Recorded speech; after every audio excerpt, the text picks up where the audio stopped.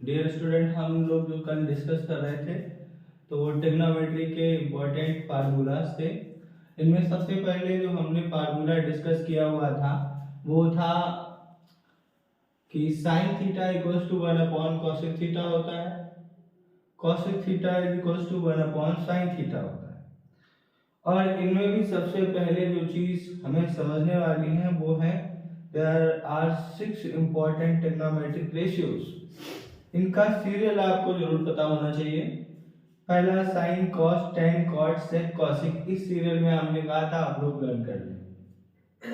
इन्हें लर्न करने के बाद मैंने कुछ फार्मूले बताए थे आपको। उसमें सबसे पहला फार्मूला है कि साइन थीटा, ये साइन जो है कॉसिक का रेसिप्रोकल होता है, तो sine theta equals to 1 cosec theta. Cosec theta जो है वो साइन थीटा का रेसिप्रोकल होता है, यानी ये फर्स्ट वाला जो है वो लास्ट वाले का रेसिप्रोकल होता है। मैं आज थोड़ा रिवाइज करवा दे रहा हूँ आपको इसको, ये उसके बाद हम आज ही कुछ क्वेश्चन करेंगे आपकी बुक से, एनसीईआरटी से। तो ये जो cos थीटा होता है ये आपका सेक का रेसिप्रोकल होता है। तो cos किसका होता है? सेक का रेसिप्रोकल होता है। तो आप देखेंगे cos theta equals to 1 sec theta, और जो सेक थीटा है इक्वल्स टू 1 क्या है? cos theta. tan, ऐसे ही tan थीटा जो है वो cot थीटा का रेसिप्रोकल होता है, तो tan theta equals to 1 cot theta, और cot theta equals to 1 tan theta. ये फार्मूले आपको पता होने चाहिए। मैंने कल ये भी बताया था कि इनका क्रॉस करके भी हम एक यहाँ से नया फार्मूला बना सकते हैं, और कल हमने आपको बताया हुआ था ये हाइपोटेनस होती है, लॉन्गेस्ट साइड होती है ट्रायंगल की, ये भी बताया था। ये परपेंडिकुलर होता है और ये बेस होता है। बेस और परपेंडिकुलर कंडीशन के अकॉर्डिंग चेंज हो सकते हैं, लेकिन हाइपोटेनस चेंज नहीं होती। उसके बाद हमने आपको कुछ और फार्मूले बताए हुए थे। पहला क्वेश्चन मैं अपनी तरफ से आप लोगों को सिखा रहा हूँ, उसके बाद हम लोग एनसीईआरटी के क्वेश्चन सॉल्व करना स्टार्ट करेंगे।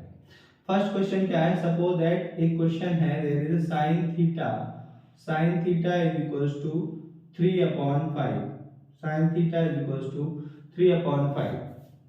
और मान लीजिए आपसे पूछा गया, देयर इज अ क्वेश्चन, ये क्वेश्चन है ये मेरी तरफ से, और ये क्वेश्चन है कि साइन थीटा का वैल्यू 3/5 है and we have to find cos theta. और हमसे क्वेश्चन पूछा गया है कि कॉस थीटा का वैल्यू क्या होगा।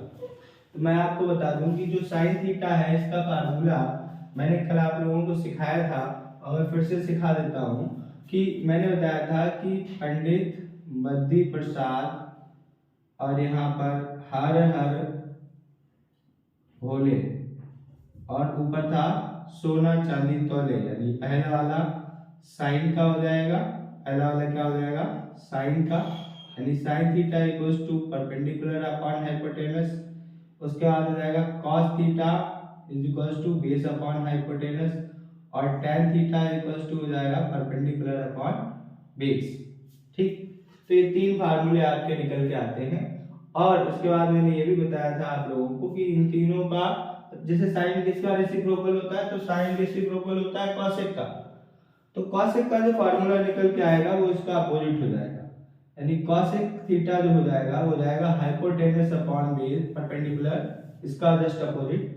उसके बाद सेक थीटा जो हो जाएगा आपका वो हो जाएगा हाइपोटेनस अपॉन बेस, और उसके बाद जो कॉट थीटा हो जाएगा वो हो जाएगा बेस अपॉन परपेंडिकुलर। ठीक है, तो ये कुछ फार्मूले थे। उसके बाद हम आपको डिस्कस करा रहे हैं क्वेश्चन। तो जैसा कि अभी आप लोगों ने देखा कि जो साइन थीटा का फार्मूला होता है वो होता है परपेंडिकुलर अपॉन हाइपोटेनस। तो अगर हम यहाँ कंपेयर करते हैं तो ऊपर वाला परपेंडिकुलर है, नीचे वाला क्या है? हाइपोटेनस। तो बाय कंपैरिजन, क्या करके? Bye comparison. तो कंपेयर जब आप करेंगे तो आपको क्या मिलेगा? जो परपेंडिकुलर का वैल्यू है वो मिलेगा 3, और जो नीचे है वो क्या है? हाइपोटेनस है तो 5 है, तो हाइपोटेनस का जो वैल्यू मिलेगा वो मिलेगा 5। अब आपको मैं बता देता हूं, आपको यहाँ पर बेस निकाल लेना है। क्या निकाल लेना है? बेस। तो बेस निकालने के लिए एक फार्मूला होता है hypotenuse square equals to perpendicular square plus base square, perpendicular square plus base square. चाहे तो आप यहाँ पे कैसे करके ट्रायंगल भी बना सकते हैं, और इसमें आप थीटा दिखा सकते हैं, और ये आपका परपेंडिकुलर था और ये आपकी हाइपोटेनस थी। इसमें आप हाइपोटेनस का वैल्यू क्या है? 5, तो 5 का स्क्वायर, इक्वल टू परपेंडिकुलर क्या है 3 का स्क्वायर, और बेस कितना है आपका, तो बेस आपको पता ही नहीं है 5 का स्क्वायर। स्क्वायर आप लोगों को लर्न होने चाहिए मिनिमम 30 तक। 5 का स्क्वायर कितना होता है 25, 3 का स्क्वायर क्या होगा 9, और प्लस बेस स्क्वायर। तो देखिए बेस जो है, ये बेस का जो स्क्वायर है इसे इधर ही रखेंगे और 9 इधर लेके आएंगे, तो 25 minus 9 is equal to base square. अब 25 में से 9 सब्ट्रैक्ट होगा तो कितना बचेगा 16, 16 इक्वल टू बेस स्क्वायर। 16 किसका स्क्वायर है 4 का, तो दोनों तरफ से स्क्वायर हटा देंगे तो बेस का जो वैल्यू हो जाएगा वो हो जाएगा 4। अभी हमने पढ़ा है कि to find the value of the cos theta, formula जो होता है वो होता है cos theta is equal to base upon hypotenuse. अभी हमने आप लोगों को लिख के बताया था कि जो cos थीटा को फाइंड करने का फार्मूला होता है वो होता है बेस अपॉन हाइपोटेनस। तो सबसे पहले हम लोगों ने क्या किया, हमने ये किया कि ये जो पाइथागोरस थ्योरम थी उसका यूज किया, और यूज करने के बाद यहाँ पर परपेंडिकुलर और हाइपोटेनस की वैल्यू हमें पता थी। उसके बाद हमने बेस का वैल्यू फाइंड कर लिया।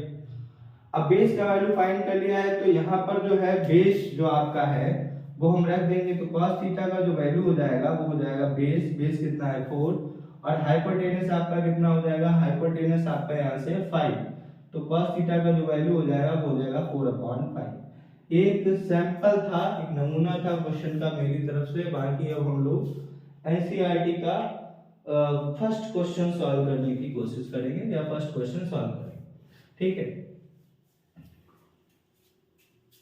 अभी से भी कर दिया। उससे पहले मैं आप लोगों को एक क्वेश्चन समझाना चाहता हूं। साइन थीटा दिया हुआ था तो हमेशा आपको फार्मूले तो याद होने चाहिए, परपेंडिकुलर अपॉन हाइपोटेनस। ऊपर वाला परपेंडिकुलर था, नीचे वाला हाइपोटेनस था। पाइथागोरस थ्योरम का यूज करा गया है। पाइथागोरस थ्योरम होती है हाइपोटेनस का square equals to perpendicular square plus base square. Perpendicular 3 है और आपका जो बेस है वो पता नहीं है आपको। हाइपोटेनस 5 है, 5 का स्क्वायर 25 होता है, 3 का स्क्वायर कितना होता है 9 होता है। स्क्वायर आप लोगों को निकालने आते हैं, 9 इधर करेंगे तो 16 हो जाएगा, और 16 किसका स्क्वायर है 4 का, तो बेस का वैल्यू 4 हो गया। और यहाँ पर cos थीटा जो है उसका जो फार्मूला होता है निकालने का वो होता है base upon hypotenuse.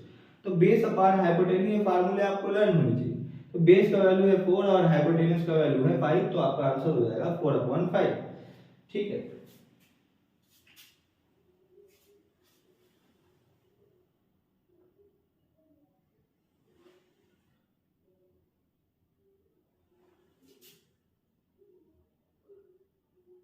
So this is the first question of the trigonometry. In a triangle ABC right angled at B, तो आपको एक ट्रायंगल बना लेना है जो B पे राइट एंगल है। तो यहाँ पर हम एक ट्रायंगल बना ले रहे हैं जो B पे राइट एंगल है, तो B यहाँ पर राइट एंगल यानी 90 डिग्री होना बहुत जरूरी है। AB equals to 24 centimetre. अब आप कंफ्यूज मत होइए, A आप चाहे यहाँ पे ले लीजिए चाहे यहाँ ले लीजिए, कोई फर्क नहीं पड़ता है। तो मान लीजिए AB हमने ये ले लिया, तो AB is 24 centimetre and BC, अब ये यहाँ पर जब ले लिया है तो C तो यहाँ पर होगा ही, तो BC इक्वल्स टू क्या हो जाएगा आपका 7 सेंटीमीटर। तो we have to find sin A and cos A। क्या फाइंड करना है, sin A और cos A। एक बात मैं आपको बताता चलता हूँ, ठीक है, आप देख लीजिए। यहाँ पर आपको बेस दिया है, परपेंडिकुलर दिया है, हाइपोटेनस नहीं दिया। मैं बता चुका हूँ hypotenuse is the longest side of right angle triangle and it is just opposite to 90 degree angle. 90 degree के बिल्कुल सामने वाली जो साइड है उसे हाइपोटेनस कहते हैं। क्या कहते हैं, हाइपोटेनस कहते हैं, और सबसे बड़ी होती है। तो आप समझिए यहाँ पे हम ये कह देते हैं हाइपोटेनस का square is equals to base square plus perpendicular square. ये तो हम लोगों को पता है। तो हाइपोटेनस हमें पता ही नहीं है, तो AC square equals to base AB कितना है 24, तो 24 का स्क्वायर हो जाएगा, और BC कितना है 7 का स्क्वायर। और आपको बताता चलूं कि 24 का स्क्वायर जो होता है वो होता है 576। कितना होता है 576। 7 का स्क्वायर जो है वो होता है 49। जब आप इन दोनों को ऐड करेंगे तो आपको मिलेगा 625। फिर आपको इस मैंने कहा है कि 30 तक के स्क्वायर मिनिमम तो याद ही होने चाहिए। तो AC स्क्वायर इक्वल टू हो जाएगा आपका 25 का स्क्वायर। स्क्वायर इधर भी है इधर भी है, तो कंपैरिजन में स्क्वायर हटा देंगे, तो AC का जो वैल्यू आ जाएगा वो आ जाएगा 25 सेंटीमीटर। यूनिट जो था वो सेंटीमीटर में था, तो ये आपका जो हाइपोटेनस निकल के आया है दैट इज 25 सेंटीमीटर। अब हमें क्या फाइंड करना है, we have to find sign A and cos A. Now we can find any angle of A because sign ए, हमें पता है कि साइन ए का जो फार्मूला होता है वो होता है परपेंडिकुलर अपॉन हाइपोटेनस। एक बात ध्यान रखिए, अगर एंगल ए लोगे तो बेस यही रहेगा, hypotenuse is fix, hypotenuse is fix, और हाइपोटेनस एंगल ए के साथ बेस कौन सा अटैच है, ए बी। तो आपका बेस क्या हो जाएगा यहाँ पे ए बी, और परपेंडिकुलर आपका क्या हो जाएगा बी सी। तो sine A equals to perpendicular आपका हो जाएगा बी सी, और हाइपोटेनस आपका हो जाएगा ए सी। Sign A equals to B C का जो वैल्यू आएगा वो आएगा 7, और ए सी का जो वैल्यू है वो है 25। तो साइन ए जो आपका आंसर आया वो आया 7/25। ठीक है। उसके बाद बात अगर करते हैं कि cos a पूछा गया है, तो cos a का जो वैल्यू आएगा cos a का, तो cos a का जो वैल्यू आएगा वो आपका आएगा base upon hypotenuse, base upon hypotenuse. तो बेस क्या है, बेस आप देख लीजिए, बेस अपॉन हाइपोटेनस। तो बेस आपका यहाँ पर a के लिए बेस है ab, a के लिए बेस क्या है ab, तो cos a equals to ab, और हाइपोटेनस तो फिक्स रहती है, तो हाइपोटेनस है ac, हाइपोटेनस क्या है ac। और यहाँ पर आप देख लीजिए cos a equals to ab, ab का वैल्यू है 24, और ac का जो वैल्यू है वो कितना है 25। तो 24/25 cos a का वैल्यू आ गया, और यहाँ पर किसका वैल्यू आया था, sin a का। ये तो एंगल ए के वैल्यूज थे जो हमें फाइंड करने थे। उसके बाद हमको जो वैल्यू फाइंड करनी है वो फाइंड करनी है सी की, साइन सी की और कॉस सी की। तो साइन सी के लिए फर्क केवल इतना हो जाएगा, वैल्यूज हम यही यूज करेंगे और कोई कैलकुलेशन हमें नहीं करनी है। लेकिन जब एंगल हम इसका यूज करते हैं सी के लिए, तो सी के लिए बेस ये हो जाएगा, यानी ये लाइन बेस का काम करेगी और ये परपेंडिकुलर का। क्यों? क्योंकि both are mutually perpendicular to each other. अगर इसको बेस लेंगे तो ये आपका परपेंडिकुलर हो जाएगा, इसको बेस लेंगे तो ये परपेंडिकुलर हो जाएगा। बेस किसको लिया जाए ये मेन टॉपिक।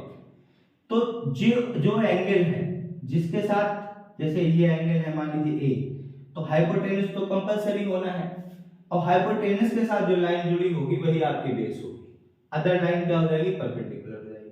ऐसे ही हाइपोटेनस के साथ जो लाइन अटैच है एंगल सी में, ये BC जो है वो आपकी बेस है, और ये वाली जो लाइन है ये परपेंडिकुलर। क्यों? क्योंकि सी के साथ यही अटैच है, और हाइपोटेनस तो ये फिक्स है कि यही हाइपोटेनस रहेंगे। तो आप यही यहाँ पर आप बच्चों को कंफ्यूजन हो जाता है। तो पहला जो हम लोग देख रहे हैं क्या निकालना लोगों को, साइन सी। तो साइन सी में भी वही फार्मूला लगेगा, परपेंडिकुलर अपॉन हाइपोटेनस। लेकिन आप यहाँ पर परपेंडिकुलर चेंज हो गया है क्योंकि एंगल सी के लिए बेस ये है और परपेंडिकुलर ए बी है। तो यहाँ पर हो जाएगा ए बी अपॉन ए सी, क्या हो जाएगा ए बी अपॉन ए सी। और साइन सी की जो वैल्यू निकल के आएगी, साइन सी की जो वैल्यू निकल के आएगी, ए बी का वैल्यू कितना है 24 और ए सी कितना है 25। तो 24/25 ये साइन सी हो गया। उसके बाद जो कॉस सी का वैल्यू है, कॉस सी, तो कॉस सी होता है बेस अपॉन हाइपोटेनस। कॉस सी का जो वैल्यू होता है क्या होता है, बेस अपॉन हाइपोटेनस। तो बेस अपॉन हाइपोटेनस, और कॉस सी बेस जो है आपका, अगर आप यहां देखेंगे सी के लिए बेस हो जाएगा BC और हाइपोटेनस AC। तो क्या हो जाएगा BC अपॉन AC, क्या हो जाएगा BC अपॉन AC। ठीक है। अब यहाँ पर आप देख लीजिए, ठीक है। तो cos c का जो वैल्यू निकल के आएगा, तो BC का वैल्यू कितना है 7 और AC का वैल्यू कितना है 25। तो यहाँ पे हो जाएगा आपका 7/25। ठीक। तो ये आपका जो है क्वेश्चन था, और क्वेश्चन ये हम फिर एक बार डिफाइन कर देते हैं आपको कि एक इन a triangle ABC right angle eight B. ठीक, बी पे आपको राइट एंगल बनाना है। AB इक्वल्स टू 24, AB का वैल्यू 24 है, BC का वैल्यू 7 सेंटीमीटर है। हाइपोटेनस सबसे पहले हम by using Pythagoras theorem. Pythagoras theorem क्या कहती है? कहती है कि hypotenuse square is equals to perpendicular square plus base square. ठीक, hypotenuse is the longest side in a right angle triangle. तो हाइपोटेनस यानी AC का square equals to AB base square plus perpendicular square. AC square equals to 24, base और ये perpendicular.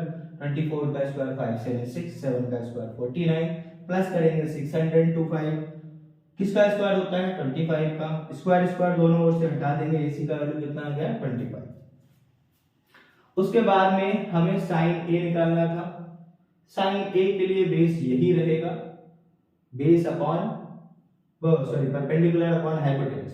Base ये है तो perpendicular ये, हाइपोटेनस तो फिक्स है, तो परपेंडिकुलर BC और hypotenuse AC, BC upon AC।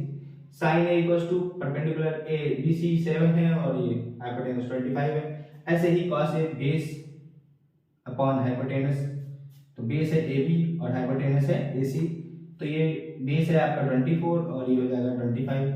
Sign C निकालेंगे तो परपेंडिकुलर अपॉन हाइपोटेनस, और साइन C यानी ये बेस फिर ये हो जाएगा और परपेंडिकुलर ये वाला हो जाएगा, ठीक है, हाइपोटेनस फिक्स रहेगी।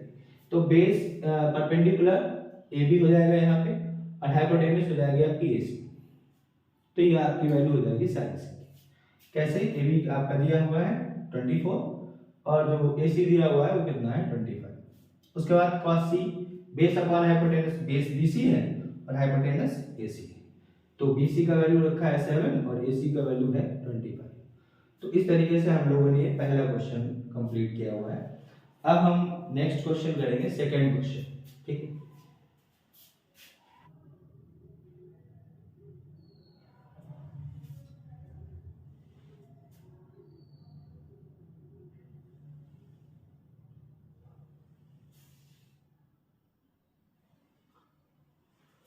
तो ये जो है आपका ट्रिग्नोमेट्री का सेकंड क्वेश्चन है। In figure find tan p minus cot r। इसमें आपका ये परपेंडिकुलर गिवन है, हाइपोटेनस गिवन है और बेस गिवन नहीं है।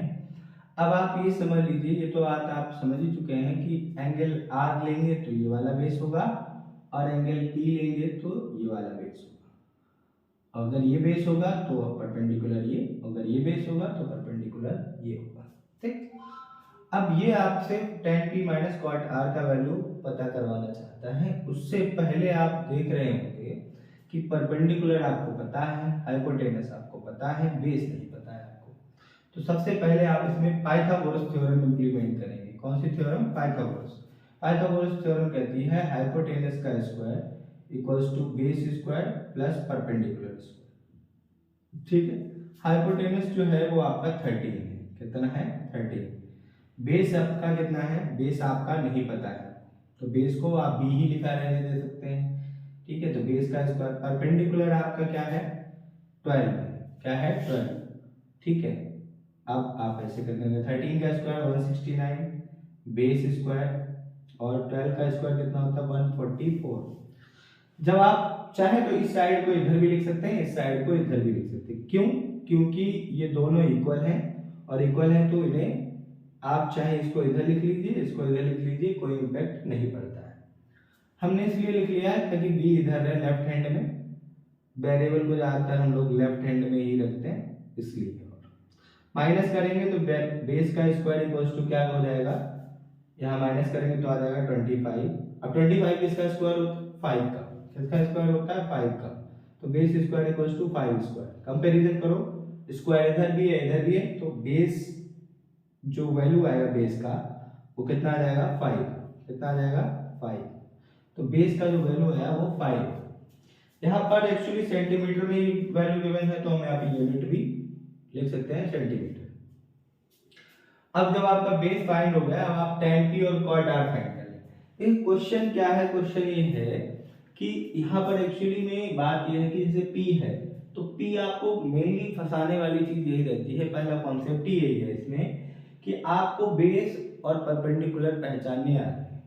जैसे p है तो p के लिए बेस ये रहेगा और परपेंडिकुलर ये रहेगा, तो tan p का फार्मूला क्या हो जाएगा, tan थीटा मैंने बताया था आप लोगों को कि परपेंडिकुलर अपॉन बेस होता है। तो tan p जो निकल के आएगा आपका tan p, तो tan p जो निकल के आएगा परपेंडिकुलर, p के लिए बेस ये है और परपेंडिकुलर ये है, और ये आपका कितना आया है 5 सेंटीमीटर, कितना आया है 5 सेंटीमीटर। तो यहाँ पर आपका जो है p के लिए परपेंडिकुलर हो जाएगा 5 और बेस क्या हो जाएगा, बेस हो जाएगा 12, तो tan p का वैल्यू आ गया। cot r का वैल्यू अगर आपको निकालना है तो कॉट आर का होगा फार्मूला, इसका ऑपोजिट हो जाता है, परपेंडिकुलर अपॉन बेस है तो यहाँ पे आ जाएगा बेस अपॉन परपेंडिकुलर, क्या आ जाएगा बेस अपॉन परपेंडिकुलर। तो अब यहाँ पर हम देखेंगे कि आर के लिए बेस क्या होगा, तो आर के लिए जो बेस होगा वो ये होगा और परपेंडिकुलर ये होगा, तो बेस हो जाएगा 5 और परपेंडिकुलर हो जाएगा 12। तो कॉट आर की जो वैल्यू हो जाएगी, कॉट आर की जो वैल्यू हो जाएगी वो हो जाएगी 5 अपॉन 12। कितनी हो जाएगी 5 अपॉन 12। क्यों? क्योंकि कॉट आर के लिए बेस ये है और परपेंडिकुलर ये है। तो tan p और कॉट आर, तो हम यहाँ पर देखते हैं, अब tan p minus cot R इनका वैल्यू रख देंगे, तो tan p का वैल्यू ये था, ठीक, कॉट आर का वैल्यू ये था, ठीक, अब tan p का वैल्यू 5 अपॉन 12, ठीक है, और कॉट आर का वैल्यू 5 अपॉन 12, और माइनस कर दीजिए तो कितना आ जाएगा 0। तो आंसर आपका क्या आ जाएगा 0, ठीक। बेसिकली आपको क्वेश्चन में पहचानना यही है कि बेस क्या है, परपेंडिकुलर क्या है, हाइपोटेनस क्या है, किस एंगल के लिए कौन सा बेस लेना है, किस एंगल के लिए कौन सा परपेंडिकुलर लेना है, हाइपोटेनस तो फिक्स रहती है। उसके अलावा आपको जो मेन पहचानने वाली चीज है वो याद करने वाली चीज है फार्मूला, फार्मूले की ट्रिक बताई उससे याद कर लेना, ठीक है। उसके अलावा और भी अगला नेक्स्ट क्वेश्चन नंबर 3